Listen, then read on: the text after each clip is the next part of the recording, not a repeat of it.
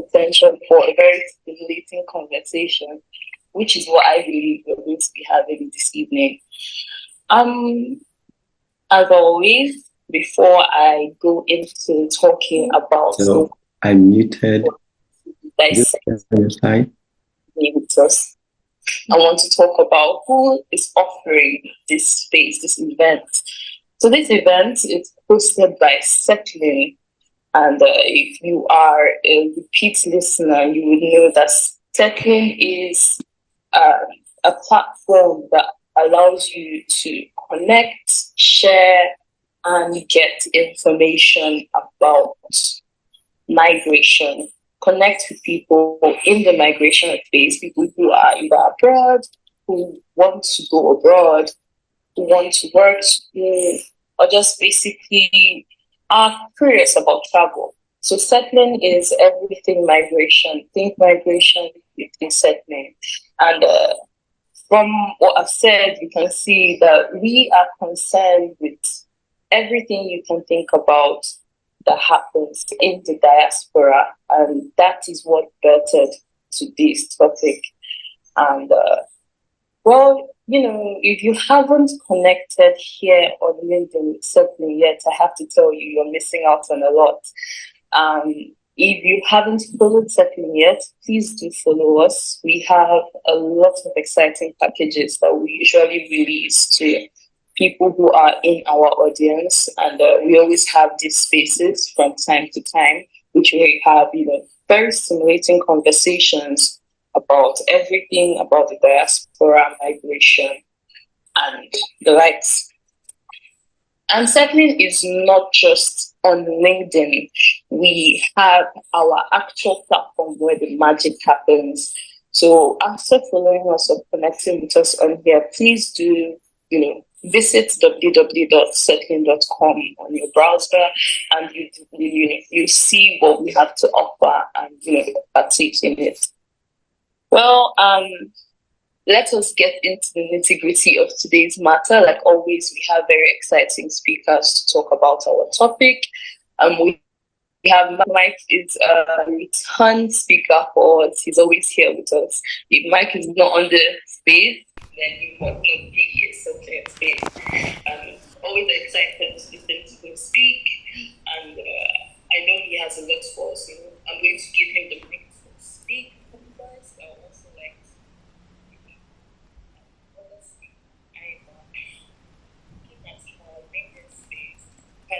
her LinkedIn page, rather, I would say that Ima is a big match. Does have a very impressive page, and I would describe her just by saying she is a star girl. She's a consultant, she does sales, she does that, and I hope she's going to bring some of that diverse experience to this topic, because I, in particular, am looking forward to hearing from her. Also, before I give our speakers platforms to introduce themselves and just say what they expect from today's event, I want to just encourage our audience, please.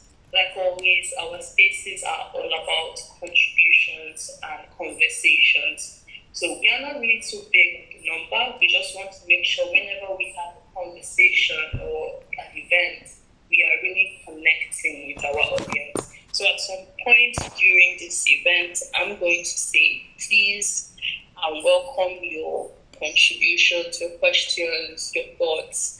And when that time does come, please, we encourage you to ask for the mic, and I will give you the opportunity to share your views.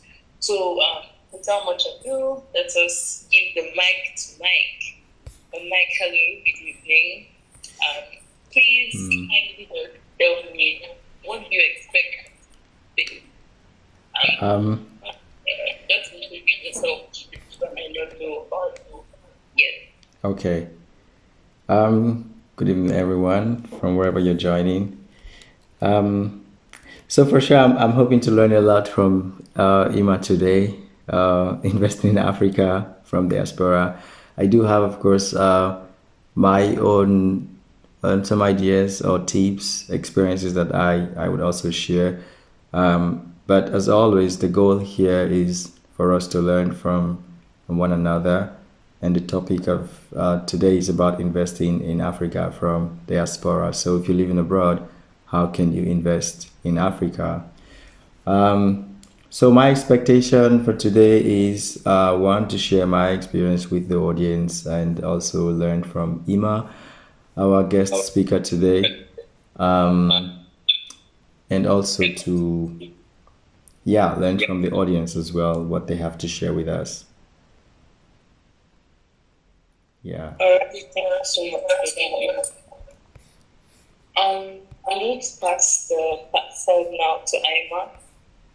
Aima, welcome. We're so glad to have you. Please tell us your expectations for today's space, what you hope to share, and just a little bit about you. Thank you. Hi, good evening. It's evening here. I don't know what time it is in your space. So good morning and good afternoon if you're not in the same space.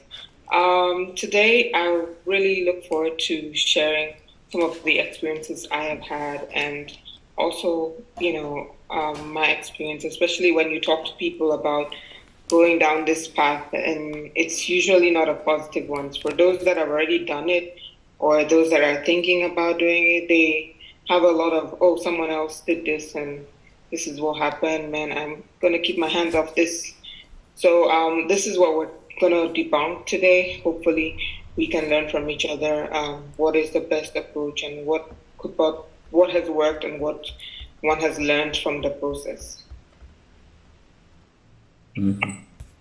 All right, thank you so much for that. I believe that if we keep an open mind, we might actually we might have the active and stimulating conversation that we're looking for.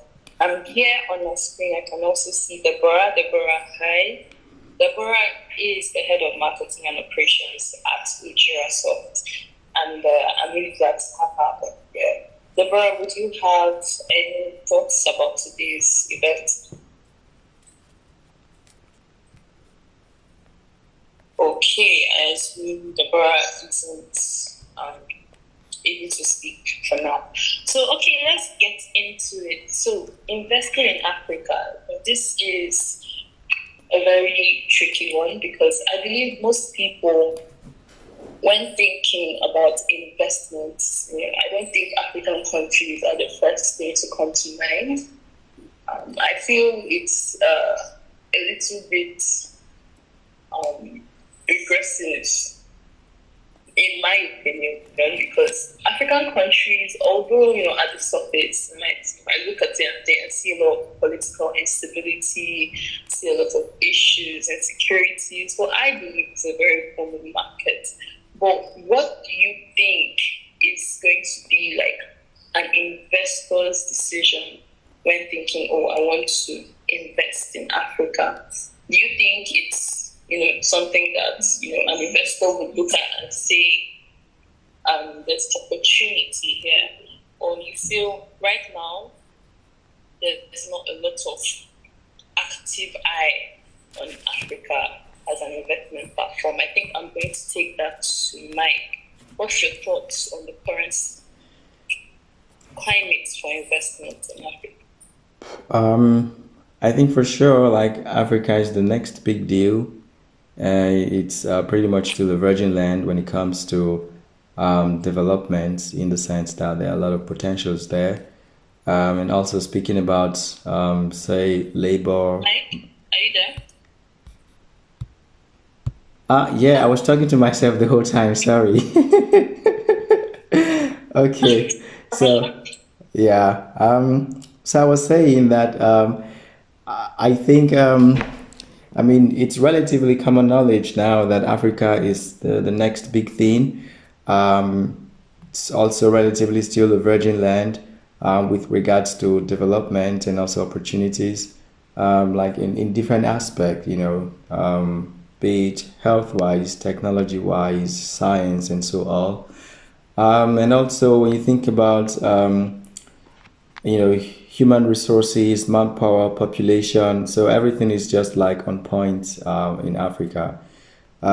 Of course, on the other hand, there are also the things that investors are always looking forward to, like, okay, if I put my money here, how first and from how easily can I even put my money there, and how can I get my money out, and so many other factors surrounding it. So I guess on one hand, there's a lot of potentials to that one can look forward to within the African market, but then on the other hand is also the operational concerns, and also like how would things actually work out? Where do I start from? And if I start, how is it going to go?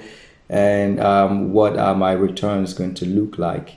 So these for sure are like the first things that would come to mind when one think about investing in Africa. So there are the opportunities, there are the potentials, but then the operational side is also, with a lot of challenges. Yeah. Thank you for that opener, my friend. Okay, Ima, I would like to ask, where do you think are the hotspots are the areas that are really booming and bubbling in the African market that investors might not see at first glance? Did you get that? Yeah, I did. I mean, there is no particular sector that is like booming, or it depends on like what you're willing to invest in and what your interest is in. Because it's one thing saying I want to invest in this, and it's another thing having the knowledge, the technical knowledge on how to make it happen. Definitely one way that people are investing in is real estate. So they, of course, because it's easy to manage from abroad, like you can just buy a piece of land and go and come back after 10 years, and the land hasn't grown wings and walked away, right? So these are one of the sectors that people are investing in. If you go to like Ikoyi or like major cities or villages or outskirts, you will see a lot of land, banking, just because the owners are not in the country, right? So this is a key area. And of course, we are seeing growth in the Nigerian population. It is estimated that Lagos would be maybe twice the size in a few years. So people are definitely looking at investing in taking advantage of this. And that's one key area, is that investors are always reading the news. If you're serious about investing, you have to be on the news. You have to be able to you don't have to be too intelligent to predict certain things. You just need to watch out for trends, watch out where everybody is going to, where everybody is leaving, and then be an early investor in that area. So for instance, now the food crisis in Nigeria, the solution lies in your hand. You're pretty much like, you have a lot of funds and you could solve that, or you want to take the fashion industry, or you want to take the import and export. So it depends what kind of investor you are. First of all, are you an active investor or a passive investor? Are you an impact investor, or are you an investor in quick returns, right? Or are you a long-term investor? So these are the first questions I would ask anyone: is why are you investing? What is your honest win in terms of why you're putting that euros into that particular country, and why that country, and there are lots of hard questions you need to ask, and I think as we speak we will get into that. I think you said something very interesting. You need to watch for trends, where people are going or where people are leaving. I mean, there's something I always say: if I could go back maybe 20 years from now, I would have invested heavily in Bitcoin. But then that ship has failed. No, it's not. Maybe. But you can still buy Solana. It's at 31 euros. Oh, okay. But how are we sure Solana is going to get there? It doesn't have to get there. That's what I said. When you're investing, you have to decide how long am I investing for, and why am I investing. And if it does 100%, that's $60. It doesn't have to get to 30,000 like Bitcoin, but.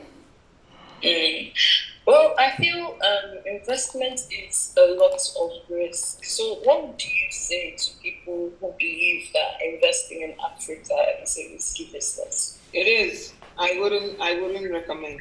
Okay, just kidding. Every investment is risky. Whether you're investing in Germany, you're investing in Italy, you're investing wherever, anywhere you're investing is pretty risky. There is no.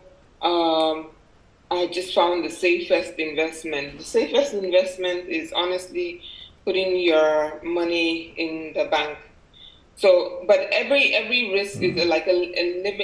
Even that is risky. You've seen people that lost money to their to microfinance banks in Nigeria and stuff like that. So, putting money anywhere is a risk. Now the question is your risk appetite. Can you don't invest more than what you can afford to lose? Yeah. That's the basics of every investment. So don't go and sell your house and then go and live with your grandma and say, okay, I'm waiting here. In 3 months' time, this thing that I have put into, there's one business I'm doing in Kenya. Once I get it done, I'll move out of your house. So that's stupid. So you have to look at the risk. Are you able to walk away? Are you able to sleep? Are you able to not land in the hospital critically sick because of the decision? So these are the first questions you need to ask yourself. What is the impact of that decision you're about to make? And then the second question is, like I said, again, why are you investing? So if you want quick returns, which it will now determine what sector you're going to go into. If you're someone that likes quick returns, just go into retail. Buy, sell, buy, sell. In fact, it's even better you have the buyer who already paid you in advance, then you sell. That's zero risk, right? So it depends on the business you're going into, right? And also your risk aversion. So you have to manage. Businesses with high risk also have very high rewards, but not in all cases, because there are people that just buy and sell and they're making more than the person that took a 99% risk business. That makes sense. Okay, I like that. So what I'm saying is it doesn't matter where you go as long as it works for you. Yeah. I mean, you can invest anywhere in the world, anywhere, even in Afghanistan. I can tell you like 50 business opportunities for you right now.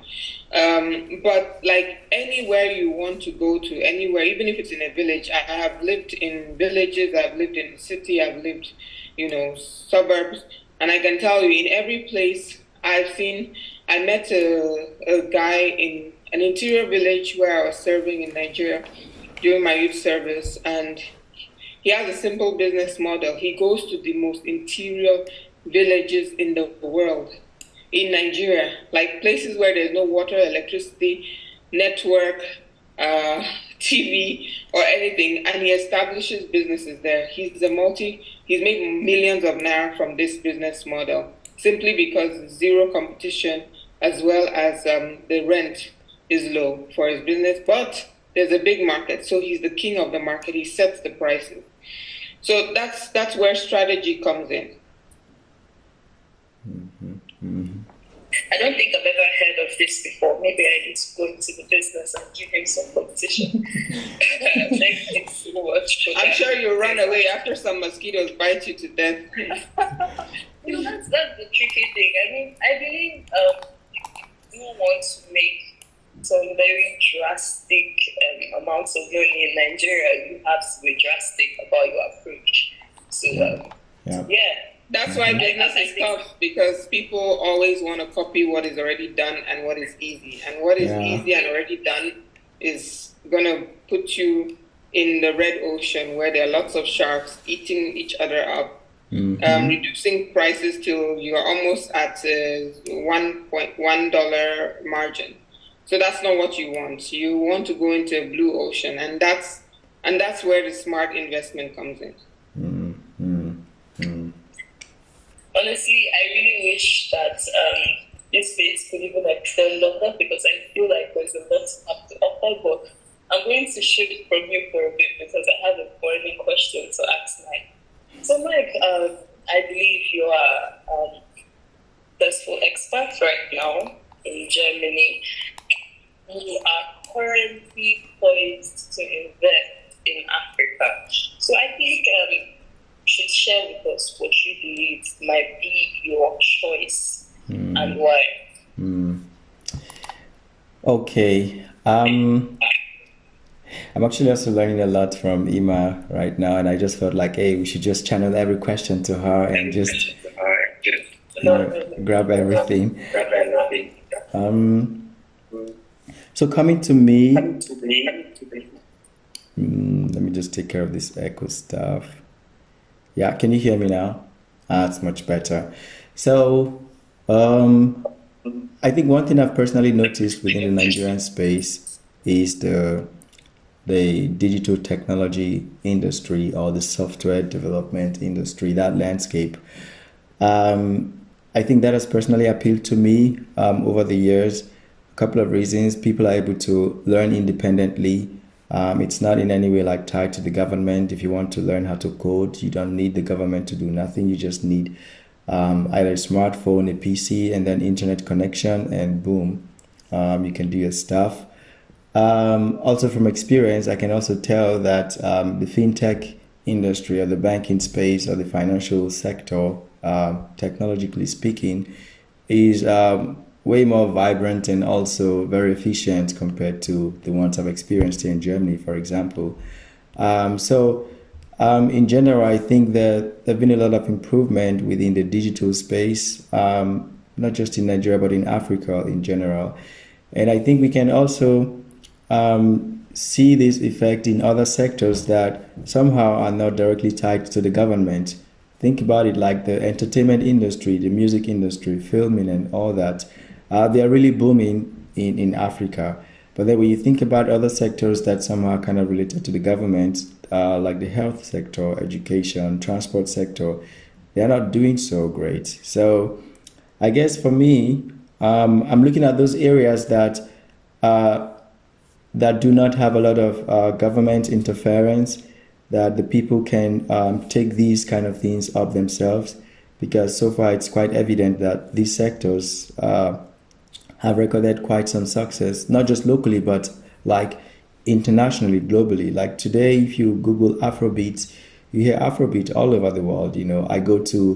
Um, I go to the store somewhere and then I'm listening to Burna Boy or I'm listening to Asha. And the first time I heard Asha in Germany, that was back in 2014 in just a regular local grocery store. I couldn't believe that was Asha playing.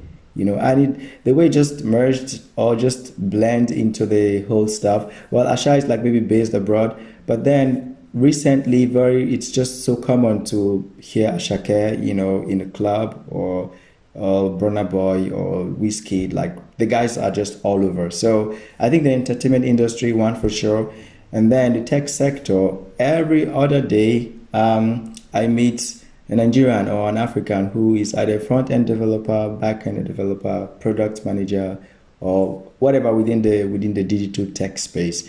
So I think that's also another area to look into. My point is there are many talents coming from Nigeria in this sector. So if you would put your money there locally, I think you will have some nice resources and can also look forward to some good returns. But then on the flip side, like Ima mentioned, there is also the competition as well, because you see that market very lucrative. I guess other people are also seeing it very lucrative. So then the strategy now comes in, like, how do you strategize?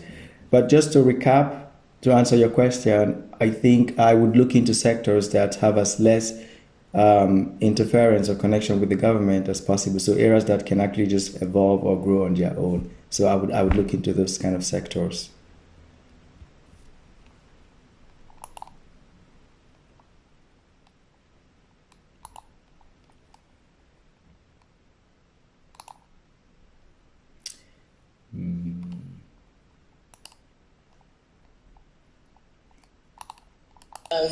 Climate will always affect every sector, definitely.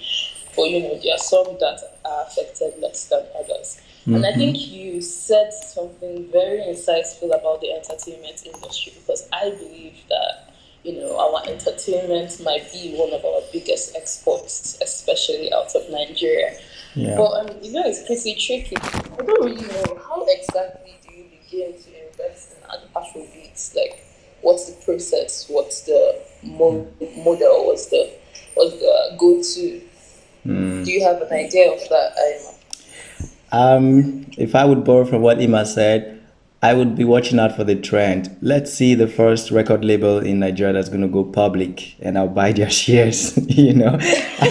Yeah, I mean that's for sure. One place to keep your eyes on. I don't know. Let's think about the biggest record labels in Africa. I mean, recently many of them are having affiliations with record labels from the States and also maybe in Europe as well. But I think one place to look out for would be watch which of them is going to go public first. I think there's going to be a good chance for you, maybe.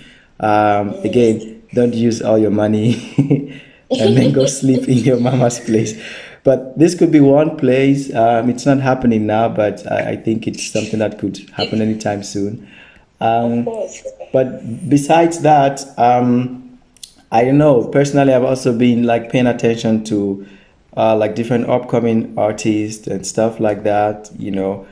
I think if you follow the news and the trends, you will also see, many people that I wouldn't say they came from nowhere, but just right from the street. They are Rising somewhere stars, of today. course. Especially now that we have TikTok, anybody can be a star. Yeah.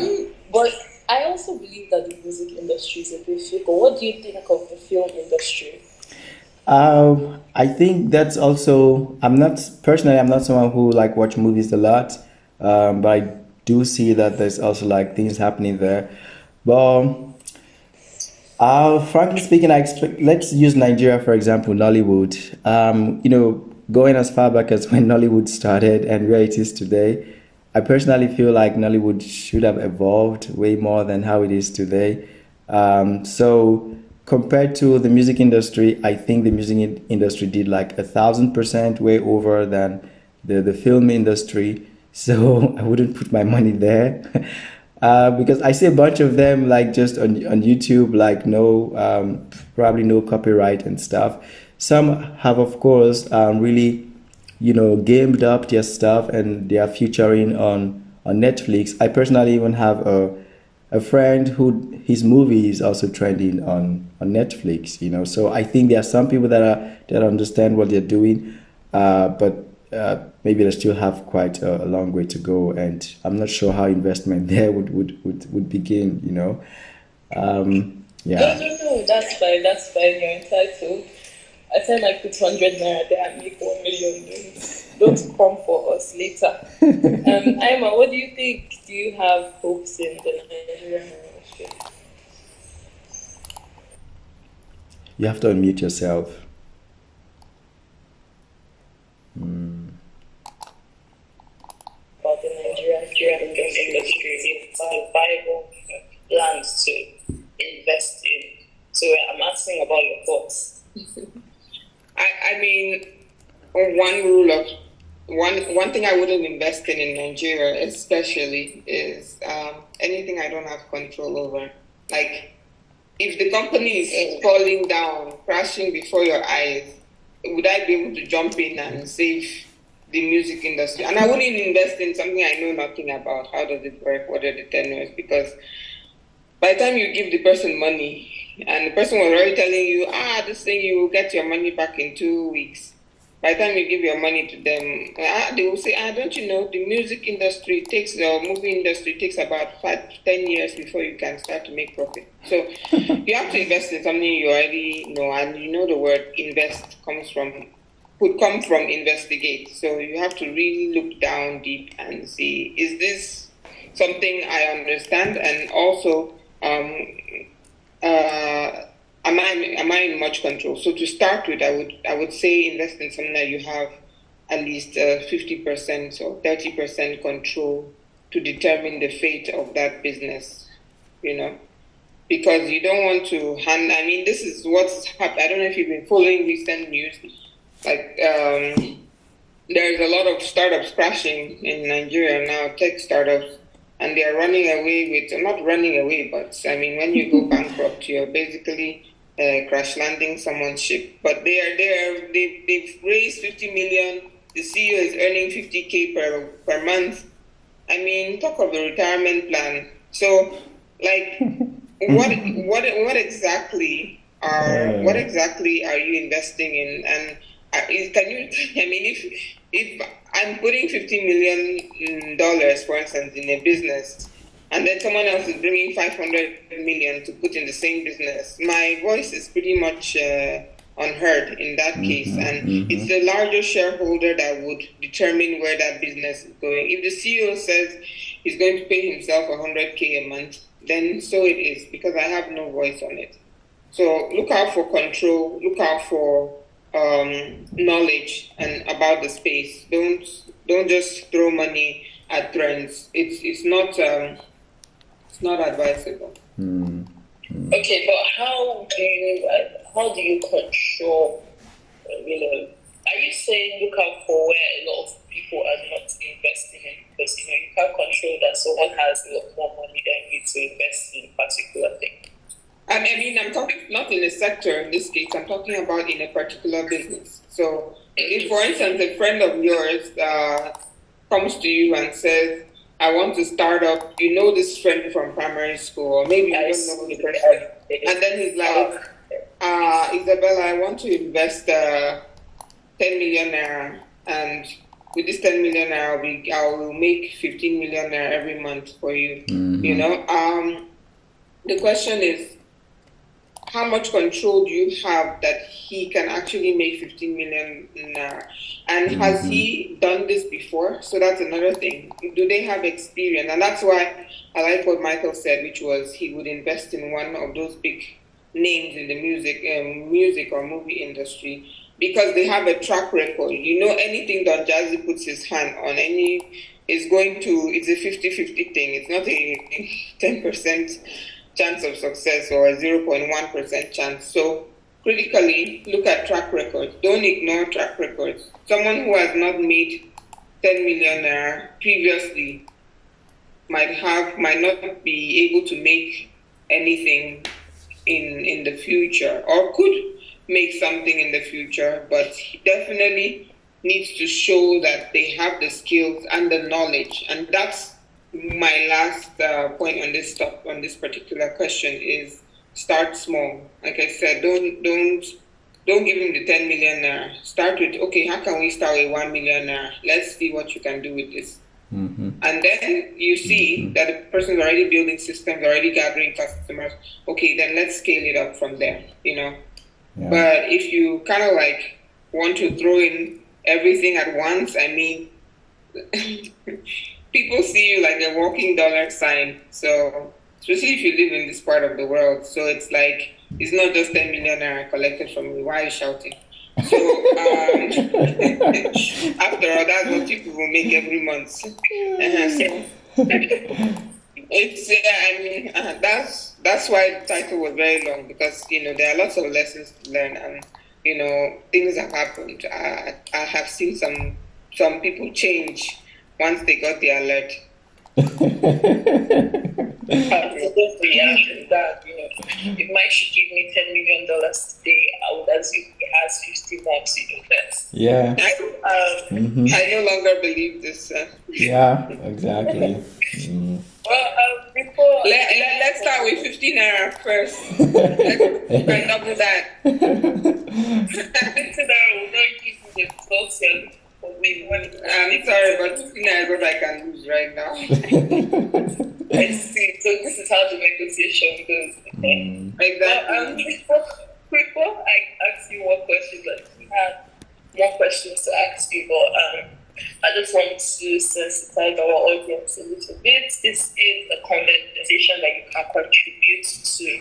We are open to have your questions, your contributions, your observations, whatever it is. So if you do have something to ask or add, request for the mic, and I'll give you an opportunity to speak. So I'm going to be asking you directly about, we have spoken a lot about some surface things, but I want to ask, perhaps I should have asked this at the beginning. I want to invest. I want to get into investments. I don't know a lot, but I just know I have the money and I want to put it somewhere and I want to get a return at some point. What are the first steps? Because you have mentioned a lot of steps. I just want to see if you can just itemize it a bit for those that might be listening and are interested in investing, especially if they are not currently in Africa. So what are the steps that they can just start to be to get the trade running? Okay. So let's use the title to kind of like structure this thing. So first of all, how much am I willing to lose? That's the first question, right? Yeah, everybody. Have you ever seen a business plan that was lost? Like someone presented you a business plan, and he said, in this business plan, you'll be making losses for the next 50 years. No. So basically, every business plan is written in a way that profit is showing, sometimes even from the next day. So that's why you need to ask yourself, how much am I willing to lose in this game, right? And then you now go from there, why am I doing this? A lot of people, when they move abroad, they want to invest first at home for the sake of impact. You have this sentimental, bias thing. Even if there are opportunities right next door, even in your backyard, but you are like, my people need jobs. My people need this. My people will not kill you. Okay, so the thing is, you have to think about, why am I doing this? If it's for sentimental reasons, then go whole hard. Set up an NGO and somehow figure out how you will make profit from it somehow. But if it's for business, then you now go to the next step. Systems. What systems am I going to put in place that I do not live in bitterness for the rest of my life based on the choices I have made today? So those systems will help you.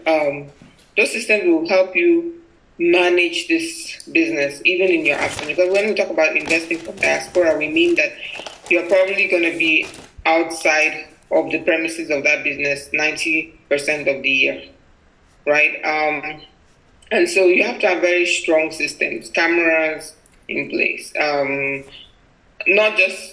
let your system not be a person. That's what I can say. So you say, I have my brother there in the business. He's doing that. The system should not be a person. If the system is a person, you are heading the road to losses or to lessons or to court case. So, but then your system should really be a proper system that actually can work without you and also work, most importantly, with you, because you want to be at the forefront of this. You want to be ensuring that you can make decisions. That's why I said, don't invest in something that you can't really control from abroad. And if you do, systems that will be your best friend. So after the first step, you've asked yourself, why am I doing this? You've thought about systems on how to make this work. Then you say, okay, where do I start from? Which sector do I go to? And then learn. Don't rush. Don't rush the process. I have this money, it's itching my pocket. If I sleep on this money till next month, I will die. No, it's an approach that it's like it can take you 5, 6, 7, 10, 12 months, even 5 years to develop a solid business. And those are some of the things I can tell you in terms of steps. Then also use that time to build connections with local suppliers, local international suppliers, local customers. Talk to your customers, because many people assume that if you're abroad, you don't really know what's going on in Nigeria. So it's like people are not eating this kind of crayfish anymore, So, and then therefore you've already imported 1 container of crayfish and dumped it at the seaport. So you have to you have to really be on ground. When you're starting off, you have to be on ground. You have to be there. You have to be present. I know you have, even if you have a twin brother, it's always good to make decisions from being on ground, from having first-hand experience, first-hand knowledge, talking with a lot of customers before even deciding the product. because you can create a very beautiful product, and as beautiful as it is, it sits on your desk. The idea sits on your desk. Nobody is interested.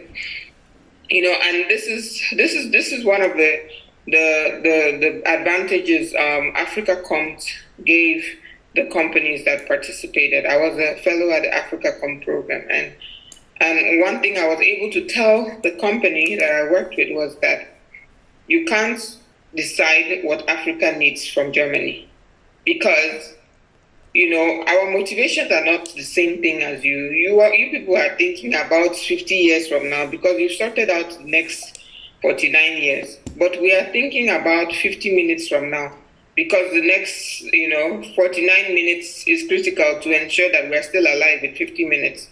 So you creating products that are very future focused, expensive, and trying to sell it to the African market is not going to work. We need to look at an approach that is focused on these people want short-term solutions. These people have urgent needs. Yes, there's a place for, I see a lot of businesses, a lot of people in diaspora. When I was living in Nigeria, they come in from the UK, US, from everywhere with all sort of, there's this new technology to help you protect your car, bulletproof, this and that, and how much does it cost? 5 million naira for one installation. And I'm like, bro, I don't know what you heard about Nigeria from America, but man, this is not a priority. I have to be honest to you, And then, of course, they spend a lot of money, and before you know it, they rented a house and they leave the rent and run back to the UK. And this is not happening with one or two people. I know a lot of people have done this, and because the market knowledge is very different, the market motivations are very different. The lifespan of products very different. So one thing can be trending today, before you know it, you've ordered, you've put in like $100,000 in inventory, and before you know it, the market is no longer interested in that particular thing. So you have to do deep research and also understand how politics work. So this is not a very good example, but I had a neighbor in Lekki.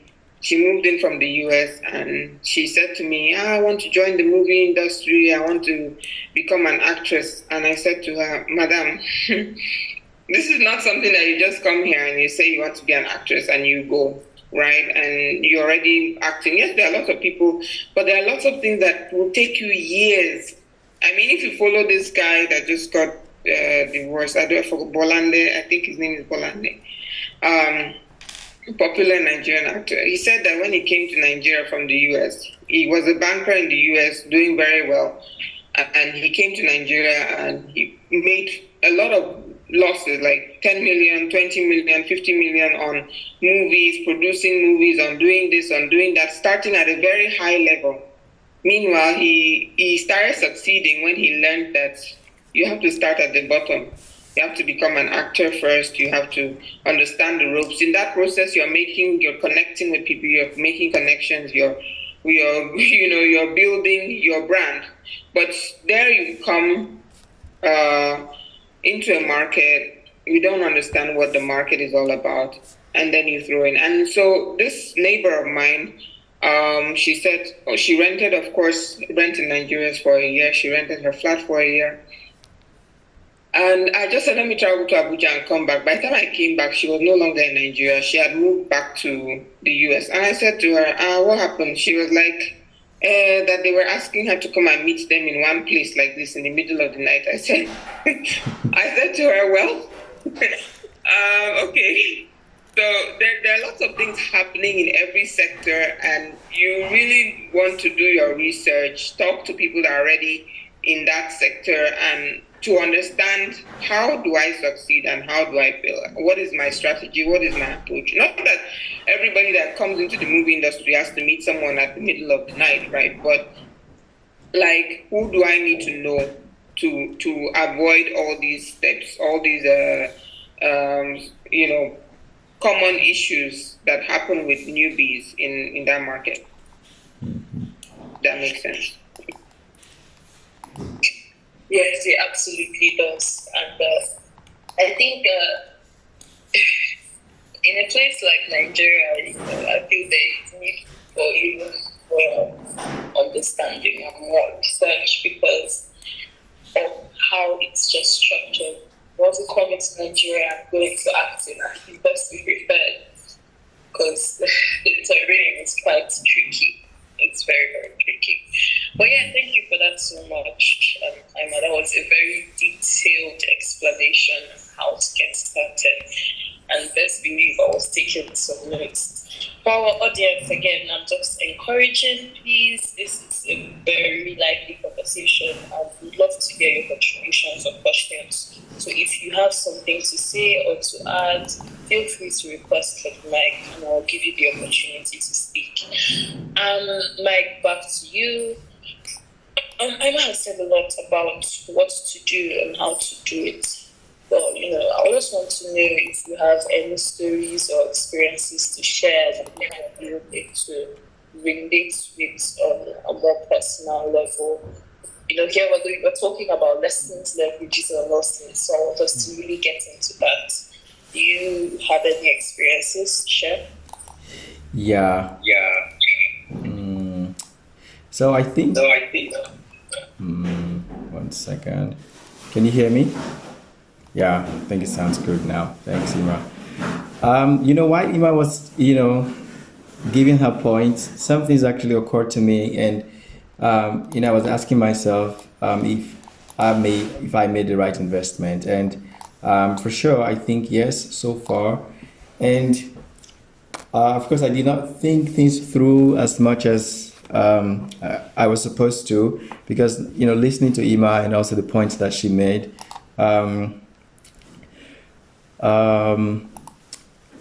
I didn't think things through that deep, like have a proper plan and say, oh, this is how it's supposed to be.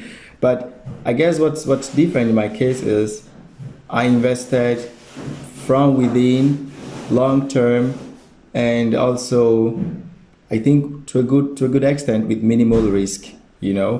I talk about my first investment, quote unquote. So like after a year or so moving to Germany, the first opportunity, it wasn't more of an opportunity, it was coming more from value perspective, to give value to people. That aspect of like studying and working abroad, what do you need, what do you not need? But over the course of the years, I think it evolved into what it is today now, co-founding Ojirasoft, which is a tech business company, and then all the three brands, Settling, Jackpot Travel, and then Ojira itself. It did not happen overnight, and maybe you can call this an indirect type of investment because I wasn't like investing in Africa directly. I was investing, I was genuinely trying to start a business, and then there's also the target audience or the market, majority being from Africa. So I think first and foremost, that genuine interest within that space, and also knowing that there's an actual problem which you're trying to solve, and you are also a living witness to that problem which you're trying to solve. But then most importantly, getting people who are also passionate about that problem that you want to solve. They understand it, they can relate to it. The people are not just all about the money, but they see the future in the direction that you're going to, and then it just makes sense for everybody. So I think every morning when I wake up, or the team that wake up, everyone is happy to do what they're doing, and I feel like if there's pressure at all on anybody, it's more like on me, on my side, rather than on the team side that are maybe looking forward to, reaping like the fruit of all the effort. So I think on that note, it's more about, hey, what's your goal for investing and how much risk are you taking? Let's say, for example, everything that we've put in together doesn't work today. I think life is still going to go on. A lot of lessons learned, and then the next area to go to, I think one would also go there, even in the more strategic and with a high chance of success. So I think I've invested within the tech space and also the educational sector to some level, but also in the agricultural sector as well. My brother and I, we've also invested in that domain. And again, we give ourselves time.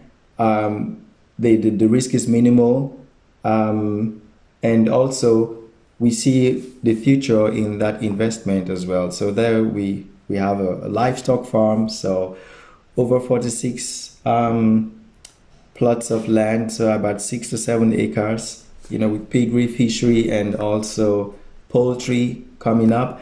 There's also like a big, space to go into cropping and all that. We haven't even ventured into that, so there's like something to look forward to.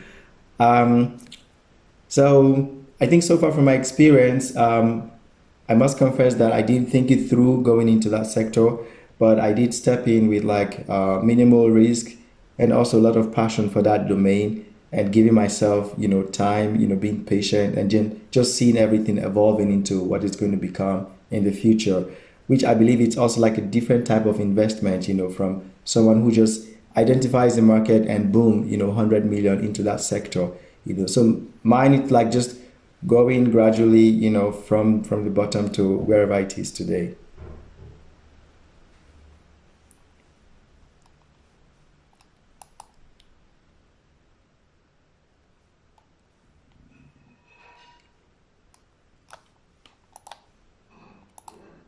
Um, yeah, that's pretty insightful.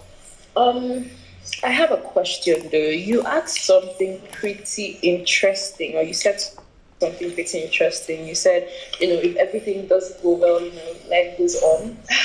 I think you said it in such a carefree way, but we know that losses are a huge part of why people don't invest, or why people that invest end up, hospitalized, or Mm-hmm. going through a lot. Oh, I lost everything. I lost all my investments.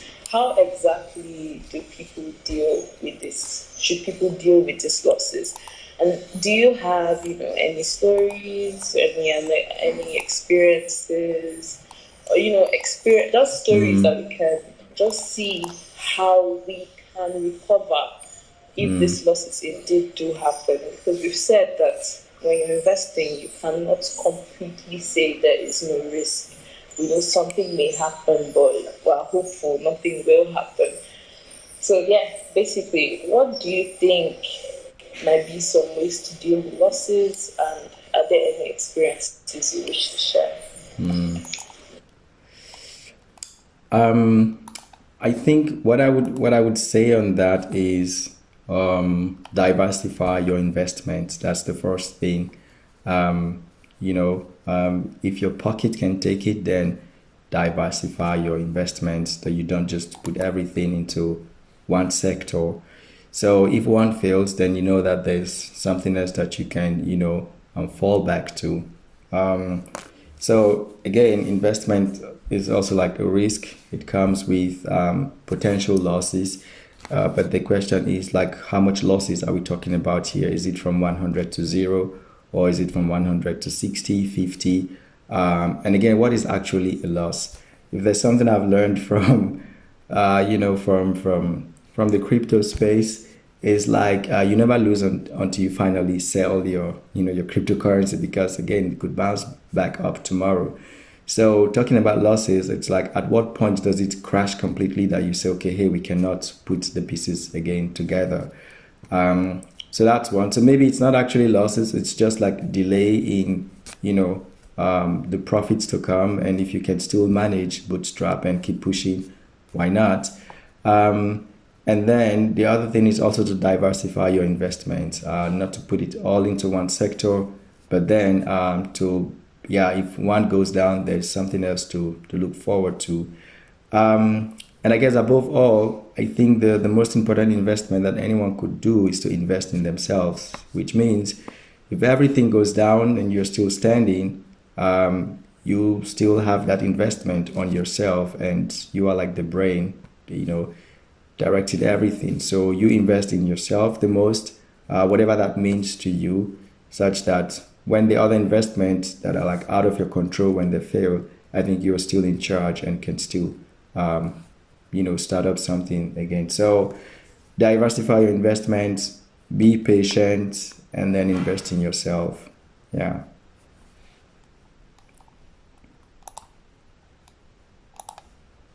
that's what I'm doing now. That's what I can afford to do now. And I welcome you to invest in me as well.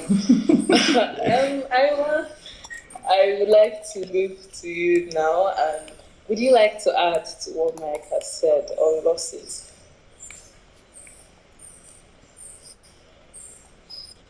Hello, are you there? Yes. So just to avoid any stories that touch your heart, but I mean, it depends on how you see losses. So I don't want to sound like a crooked motivational speaker, but like every lesson you paid about, if you schooled in Germany, you know how much you spent to get your lessons. Maybe it cost you like 10,000 euros or 20,000 euros or more to get your certificate, and that's your certificate proof of learning. So you made losses, financial losses, to get that lesson. So if I want to put it in that context, if you see the money that you spent as school fees that you spent to get that lesson, I think it's worth it. But the most important thing is, next time you're going to invest, don't just do it, repeat the same mistakes. Don't learn, maybe document things that you would do differently. That way you would sound like a old wise man when you're talking to new investors as well. Because the knowledge I'm sharing with you now, if I want to charge you, I will put it at the price of what I lost to get the lesson, right? So it's about you're making yourself a better person when you're investing in yourself. And next thing is get a lawyer, a very good one. Make him your best friend. Make friends with, go and live in Abuja or Lagos for a few months and make friends with SAN, top lawyers. They will help you. When people know who you know, they respect you, right? Also, don't be afraid to use the police. And, most important, bottom line is secure your investment. Ensure that if you bought land, you have the titles, you surveyed it, your documentation is clean. Don't just take people's word for it. Yeah. Everybody is a thief until proven otherwise. So that's we're not in those days where you call someone thief because they stole something. No, you call them thief first, then they now have to prove that they did not steal it. So this is our generation that we live in now, is that we have to assume everybody is crooked until they prove otherwise. And that's where your systems come in place. When I told someone once, I'm going to have this thing on ground, I'm going to have a phone on ground. Immediately the person said, nah, I'm not interested in the deal anymore. I said, okay, let's have something signed. Like, nah, I'm not interested anymore. So if you don't have a system that already cleans out the crooks from the beginning, losses don't just come in form of like business losses. The losses also come in form of dishonesty and people not putting in the work that they said they would put in.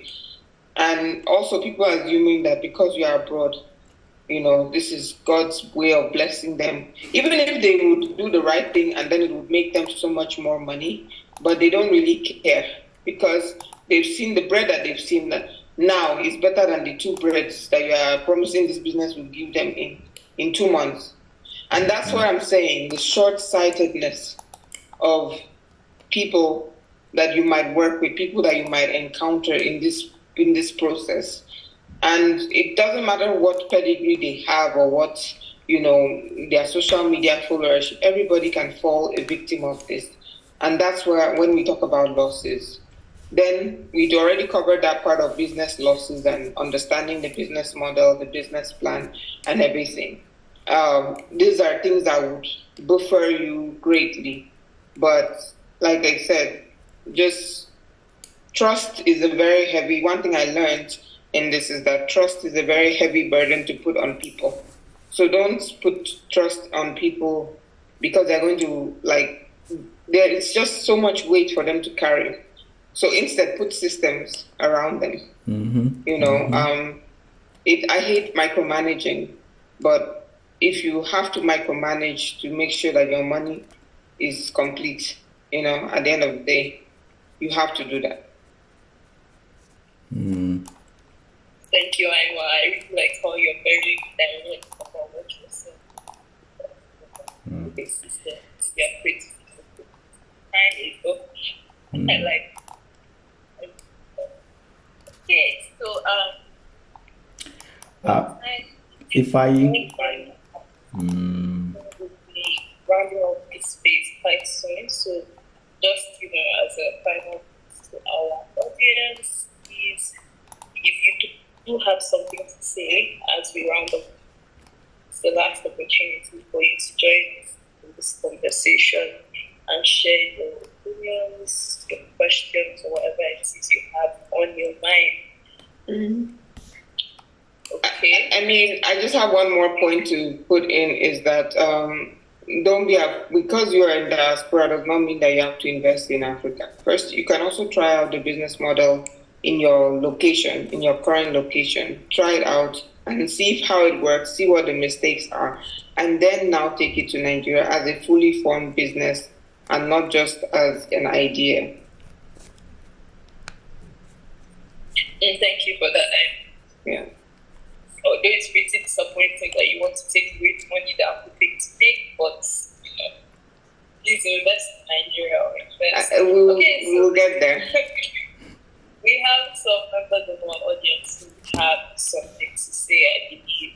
So first, we're going to be giving the platform to Israel to speak. Hello, Mr. Israel. Good evening. Yeah, hello, good evening.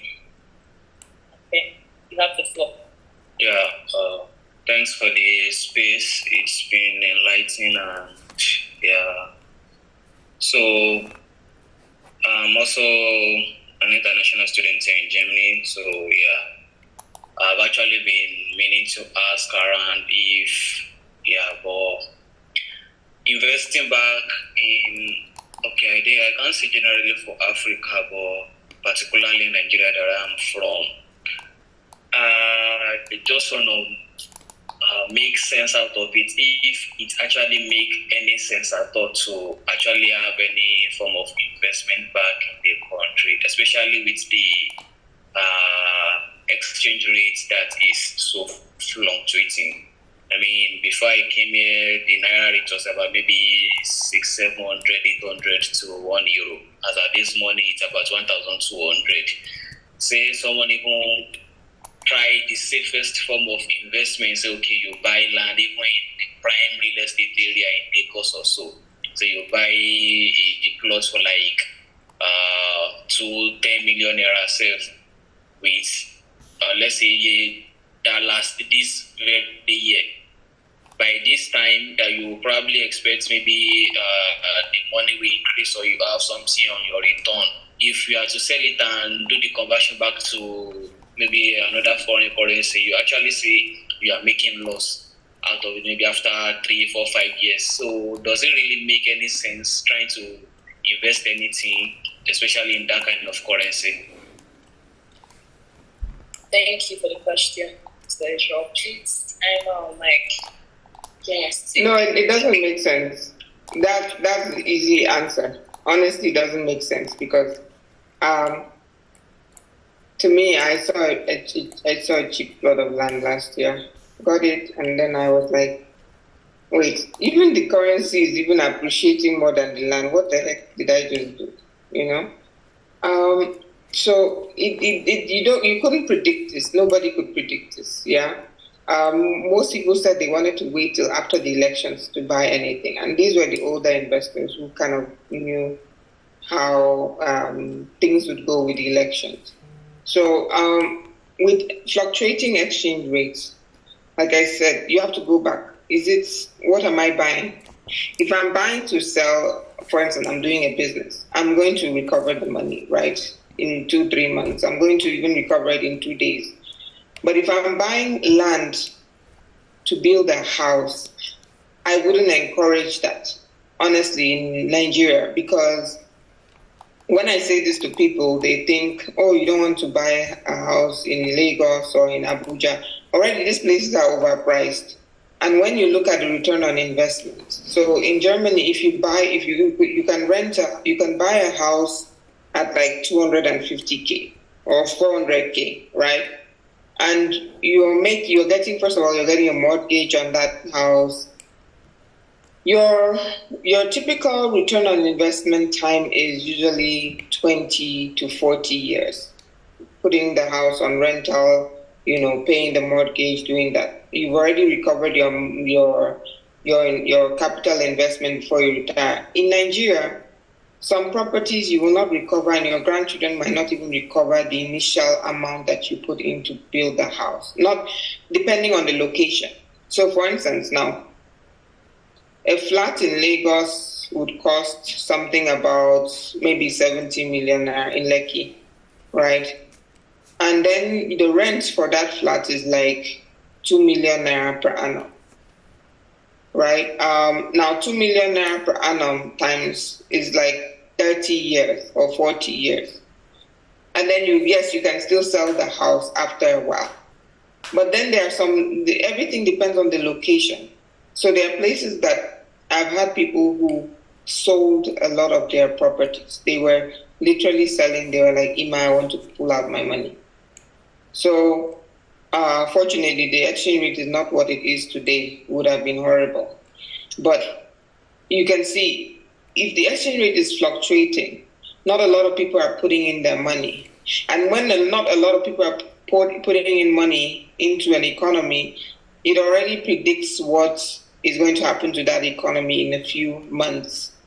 It's just like 2 days ago, I studied economics in school, so I like to play with trends. So 2 days ago, a friend of mine was like, I want to send money to my account in Nigeria, and the person told me the rate was 1,200. I now said to the person, wait till tomorrow, it's going to be 1,305.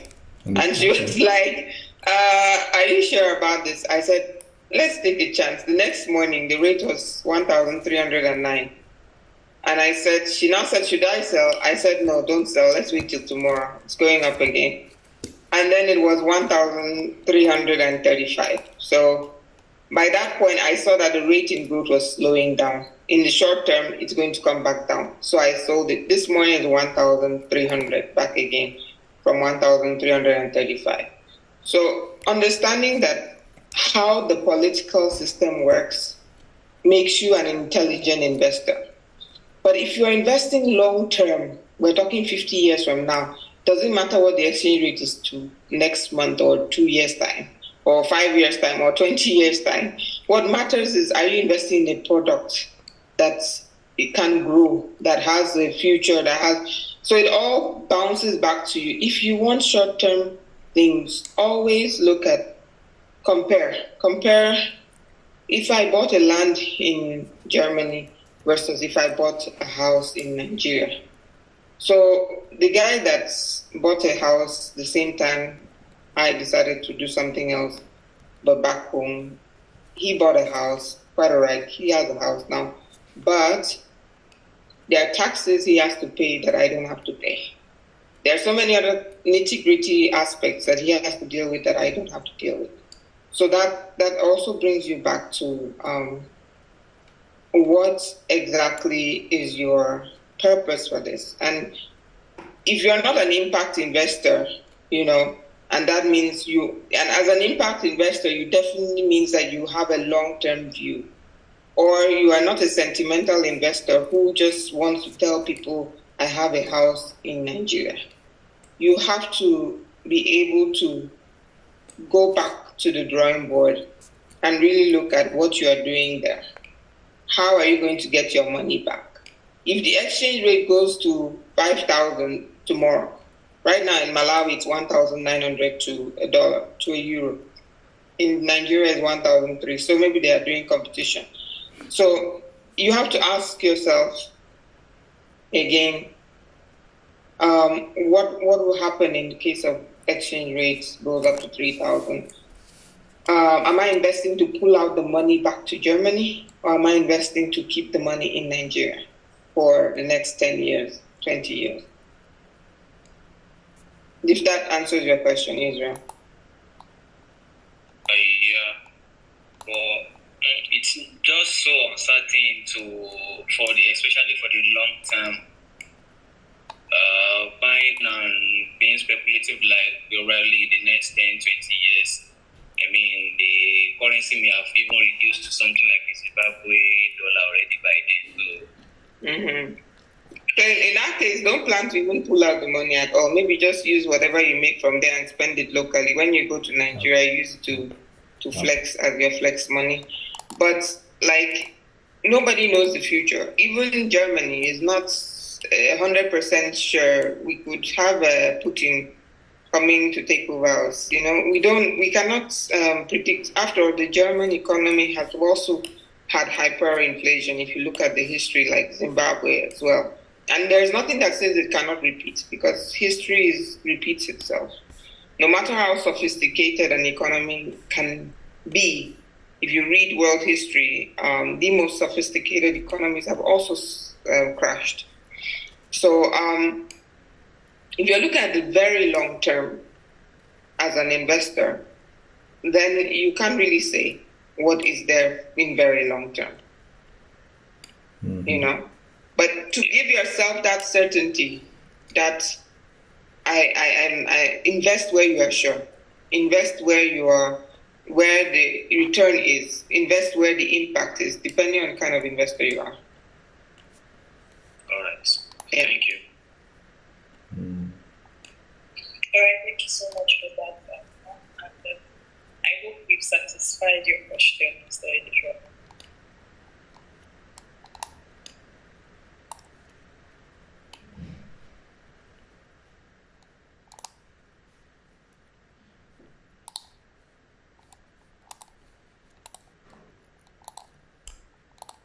Evening, everyone. Evening, good morning, good day, everywhere. Okay, my name is Murphy, and so I was going to talk about investing in Africa, but I think I would pick from the last question that was asked and the response that was given. Okay, so that was a very brilliant response, and I like the question as well. But I think when you're thinking about investing in Africa now, let's talk about Africa in general. You need to consider that Africa has an unstructured market. So there is a difference between structured and unstructured markets. And oftentimes, most economic laws and principles don't exactly work with unstructured markets. Take, for instance, let me use Nigeria, for example. I can decide to look outside my window in Ibadan, and I'm seeing that a lot of people are hustling to, buy, say, palm oil. And I really don't have any government regulating what I'm doing, what I'm going to do. I just feel like, okay, there's a crazy demand for palm oil around this area. And I look around, nobody is exactly doing that supply. Tomorrow I can just go and get some sort of substandard palm oil, pitch my tent and start selling. The funny thing is, if anyone comes to attack me, people would attack them that, all this while when we're suffering, where were you? Why didn't you show up to come and now this person is trying to help all you are doing this. Now, without getting any people, without registering anywhere, I could make, as many fortune as possible. And that is the way it works in every sector. There are a lot of companies all around Africa that will just spring up someday and just start selling, because the market is really so unstructured and policies are not exactly strict like you have in well-advanced countries. So when you want to operate in Africa, first of all, you need to think like an African. You don't need to place your gauge against, even though at the end of the day you are competing globally. But your starting point should be taken locally. That's like a basic microeconomics. Like taking locally. If you want to invest in Naira as a first-time investor or someone that is not big in investment, I would encourage that you think in Naira and not in in any other foreign currency. Check South Korea, for example. The currency, the South Korea won against dollar right now, I think it's about 20,000 or something. So the exchange rate is crazy. I think the difference is that it is very stable against the dollar. So right now, while being about 21 or something, you can guarantee that if you wake up next year, the currency conversion is still going to be around that. It is very stable, regardless of how crazy the exchange rate is. So the problem with Africa is that our currencies are not stable. Not that they are exactly doing bad against the dollar, but they are not stable. I mean, he made mention of the exchange rate before he left Nigeria, and which was around 700. And if I'm to look at that 700 he talked about, that should be early this year or sometimes last year. And as at that time, we had two conversion rates in Nigeria. And we had an official rate and we had a black market. And as at that time, euro official rate should be around 500 or 490 or something, while the black market was over 700. So as an investor, if you are planning to invest in Nigeria, you really don't have any reason to be thinking in dollar. Think in the local currency. And that is the only way you can enjoy your benefits or the profits you are making. Ima made an example of real estate, like buying of land, buying of property. I think one of the best places you can make profits in real estate is Nigeria, regardless of how you think of it. Buying a house in Lekki, with that example of I think what 70 million will get you in Lekki is probably a detached. If you are getting a house on a full plot of land in Lekki, you'll be spending over 100 million, maybe something close to 200. And if you can wait a little bit for like 5 years, you'll be making a very good profit. The only problem is think in Naira and make sure you pump the money back into Nigeria. There will be a certain level. I think a company like Flutterwave, for example, can't exactly be complaining about the exchange rate because their operation has going beyond Naira. Now they operate all through Africa and beyond Africa. And their transactions are both in Naira and in those currencies. So you calculate your profit and investment in dollar, if you are making dollar investment, and you calculate the same if you are making a local investment. I think one of the problems we have is we try to put the two, we tend to interchange the two. So I was reading a report from Ochakunla's Nigerian Bank, and she was making an analysis of how when the British were going to be, when they were going to be investing in America, they were afraid. That was at the beginning. Because really they didn't understand how the market in the United States was. It was crazy. You don't want to wake up tomorrow and all of what you spent your entire fortune on has crumbled. They had it all.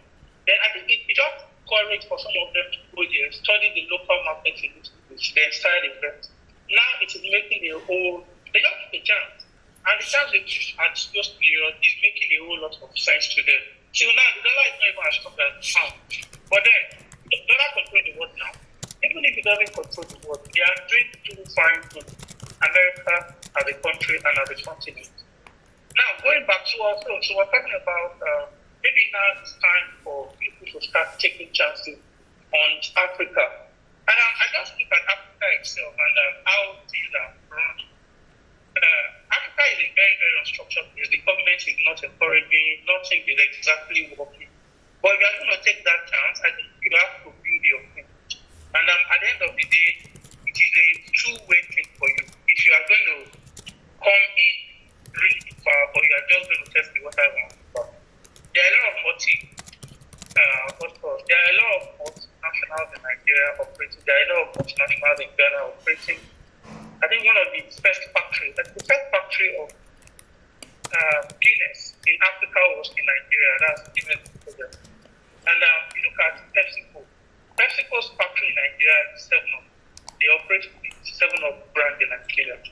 And I'm very sure they are not basing their profit margin and their operations on what they are making in America or anywhere. It's just a local market for Nigerians alone. And everything they are going to be calculating at the end of the day going to be in Nigeria. Whether the currency is still in the long run or it's going to be some sort of a continual malfunction. The fact remains that you need to create your strategies and how to operate based on the Nigerian market, which as of now, I'm not sure any policy exactly can describe the fluctuation. You can't play against the US, you can't play against Germany, you can't play against the United Kingdom, anywhere. It's just Nigeria. And it is funny that what operates and works in Nigeria doesn't work in Ghana, even though they are both under-structured markets. So you need to study your local market, and for every expansion you want to do, you need to understand those markets. That is why they are unstructured and they are not exactly the first world countries. So what happens or what generally, for example, can work in the United Kingdom? It can work in Switzerland, maybe just adjust, but it doesn't work like that in Africa. So things in Africa are very, very important. Okay, now back to the question of how or where to invest in Africa. Like I said, a whole lot of mess and a lot of things are not Please. If I would encourage anybody, the same way I would encourage you to look at digitalizing some problems, which is what Africa needs at this time. Then you also need to consider the fact that majority, more than half of Africa, don't even have access to digital operation. So I'll use Nigeria as an example. The population of Nigeria is well over 200 million people. Nation in the world. And if you look at the statistics of people that have access to internet in Nigeria. So yesterday I was doing a little bit personal research, and this is one of the things I found. Like presently in Nigeria, YouTube has the most users in Nigeria, and that's like the biggest social media platform in Nigeria. And YouTube has 31.6 million people, customers in Nigeria, 31.6. And the next is Facebook. Facebook has 21.7. WhatsApp has 27.6. Twitter has 4.9. LinkedIn has 7.5, and Instagram has 7.1. Now, the problem is not with these stats. The problem is that you see all of these statistics that we are looking at, majority of them are shared. Because I'm 100% sure that 70% of the people using Facebook are also using LinkedIn. And the same goes for WhatsApp. For you to be using LinkedIn, then you would know of Facebook and you would know of Twitter, because LinkedIn is for professionals. So all of these people are rotating customers, then some are gaining more. So the idea is this is very poor for a country that has over 200 million. So you need to consider that Nigeria as a country also doesn't have that digital population yet. So the few population, I think the digital population of Nigeria is less than 50 million or so. And the few that are, see that 50 million, a lot of people have their market share there. And if you are going to enter there, you need to struggle and, work on. So the best thing to invest right now in Nigeria are things that, would encourage end-to-end customer acquisition. When I say end-to-end, I mean physical and direct. There are things that appeal to the street. If you are making a digital advertisement in Nigeria, it can never, as of now, be as effective as using physical face-to-face advertisement or using other digital media that is not social media, say TV or radio. I think radio is even more or the most effective. Radio and face-to-face and street-to-street advertisement. And that's because right now you can't bank on those kind of digital products, digital approach. And the same way it appears, the same way it's like that in Africa, it's the same way it is like that in a country like Ghana. Ghana and Nigeria are almost the same. The same thing for Benin Republic or Togo or as far back as Kenya. I think maybe the most digital of them is Rwanda. Even in Rwanda, their digital population can be more than maybe 50 or 60%. Then South Africa, and it's the same. I think the only exceptions can be South Africa and Egypt or stay Morocco. So investing in Africa requires that you understand the market, especially for the country you are going to, and knowing what works for you and what you can put into it. So yeah, that's my contribution, little contribution. Thank you.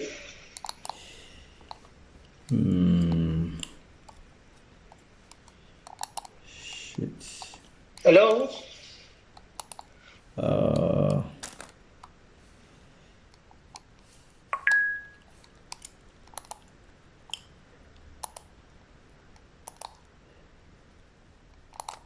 Yeah. So Because sorry, there are different there are different reasons. Like you don't put in money into the economy and then expect that, okay, I'm doing this for, to pull out money again, like you said. That's why I said when you invest in Nigeria, just have it in the mind that I'm either doing a long-term investment, I'm doing a sentimental investment, I'm doing an impact investment. I'm doing I'm doing an investment that I would go home and spend in naira, right? So that your blood pressure in Germany can remain stable in the long term, and you are not panicking every time the exchange rate goes up and down. Yeah. Thank you for your contribution, Martin. Yeah, so Murphy, I really like Murphy's point, especially how he just, I think that's really what everyone should have at the back of their mind. Investing locally to also spend locally, at least that should be like the base place to start from. If you are like in the diaspora abroad and you want to invest back home in the hope of, let's say investing in naira and then to be enjoying it in euros, or investing in, I don't know, Ghana cedi and then be enjoying it in USD. Maybe Africa is probably not that, it's not at that stage. I guess for me, the take home message is, really that point. Like, you invest also to spend locally, grow your investment there, spend locally.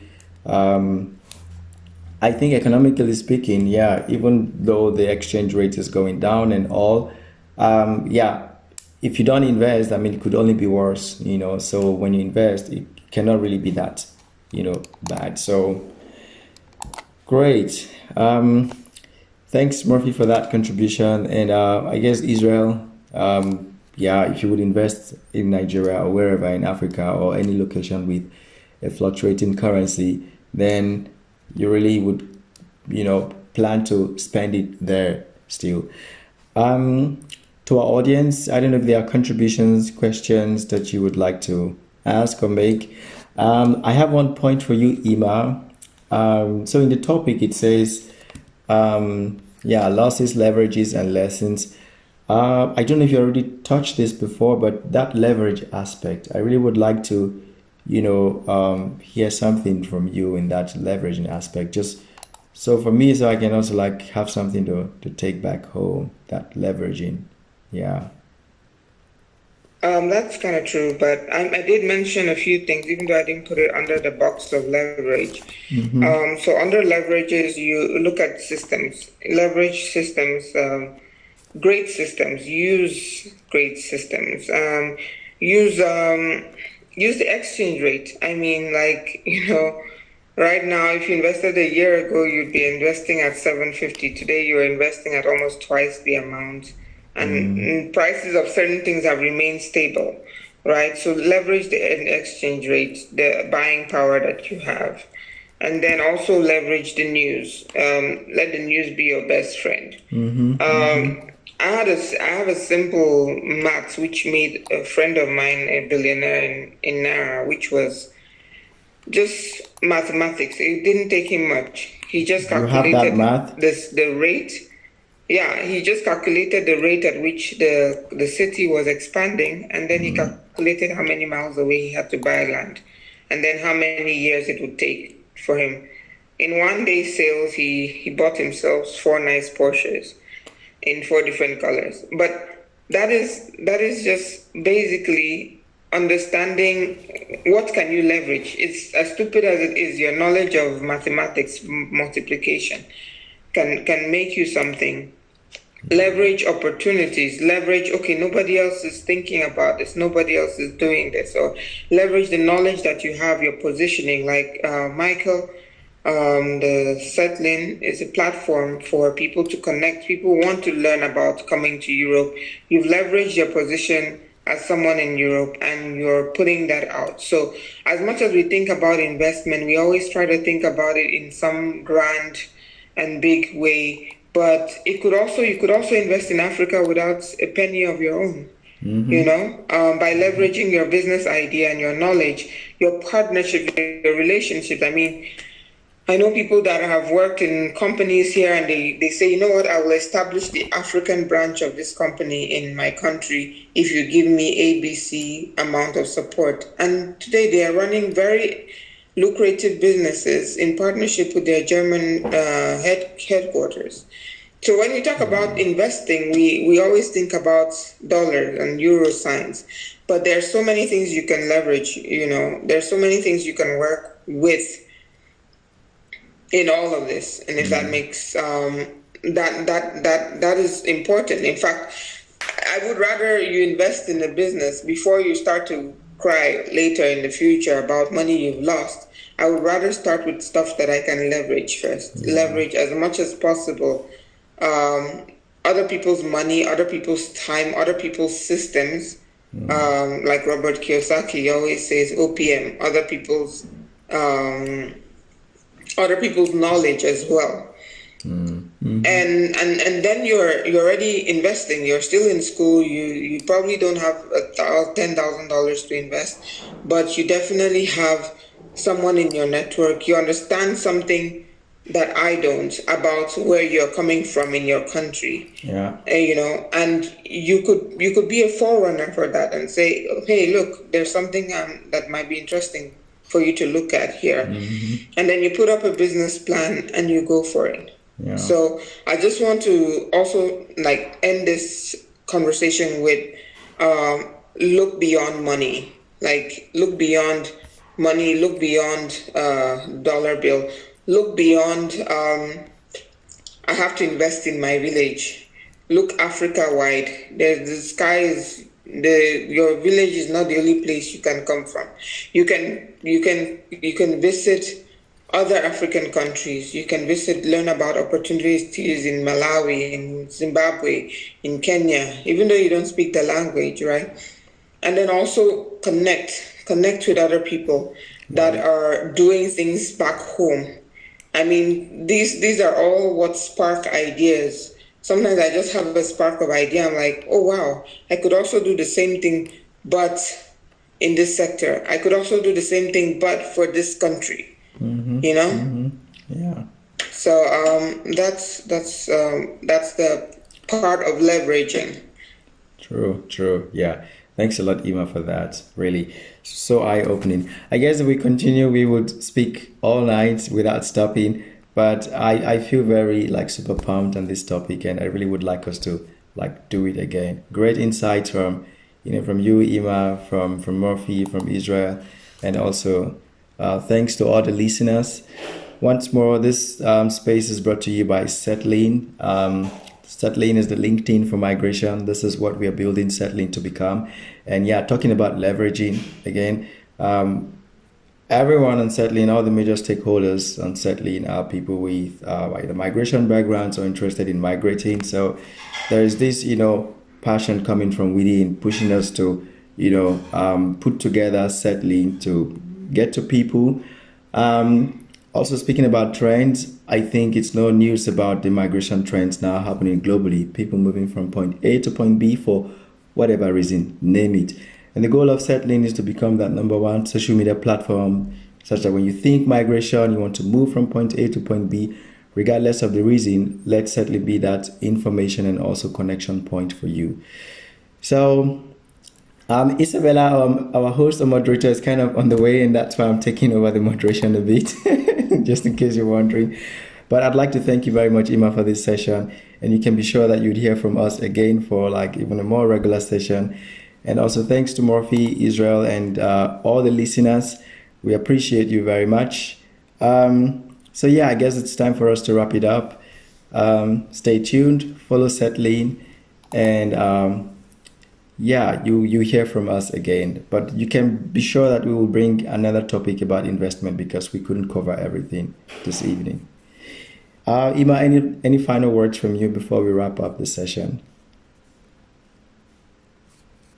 Just thank you everyone for being here, and then of course I think there's a recorded version which you're going to share later on to especially those that were not able to be part of it. But I think it's always a point of never stop learning, never stop growing, never stop connecting. Whether you're doing it passively or actively investing, you don't have to get up and invest on something. You can spend some time passively learning and growing, like Isabella said, and you will get there. And if you need any ideas, not ideas, but if you need any information or feedback, then I'll be happy to share that with you.